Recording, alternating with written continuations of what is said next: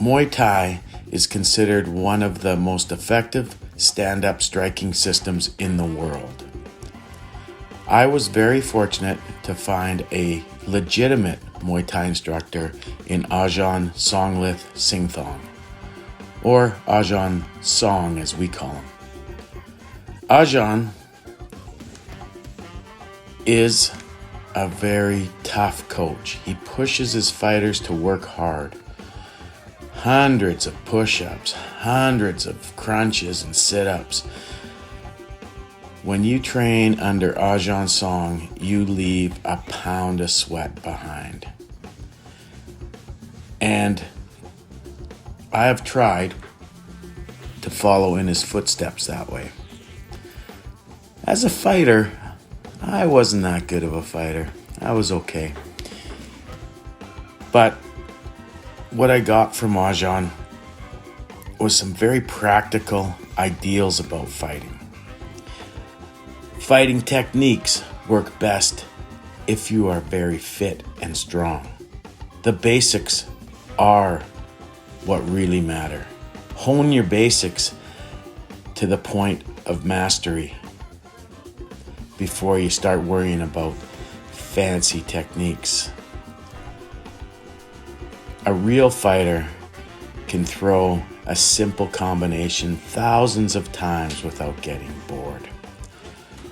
A real fighter will repeat, test, and work on the basics over and over again. In Western culture, we always want something new, something different, something flashy, something fancy. A real fighter will start adding flashy techniques when he or she has mastered the basics. They won't try to jump ahead and ask for more, because a real fighter knows that it's the basic that wins fights.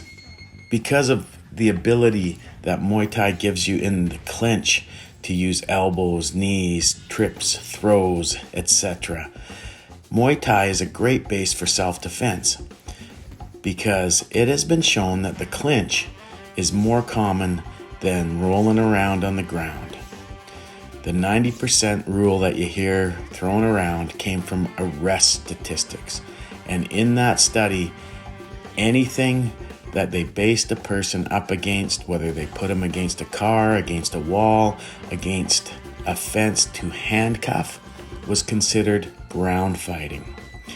And when you look at handcuffing as opposed to a self-defense situation, you can see that your goals would be different. When it comes to cuffing somebody and controlling them, Brazilian Jiu-Jitsu would be a great primary art. And even if you're a good Nak Muay kickboxer or boxer, you should learn Brazilian Jiu-Jitsu because you can be forced to the ground no matter how good you are. And you may have to escape from the ground and get back to your feet. Even this old geezer is going to be taking some Brazilian Jiu-Jitsu lessons because I understand how important it is to know how to fight from the ground. Now back to Muay Thai.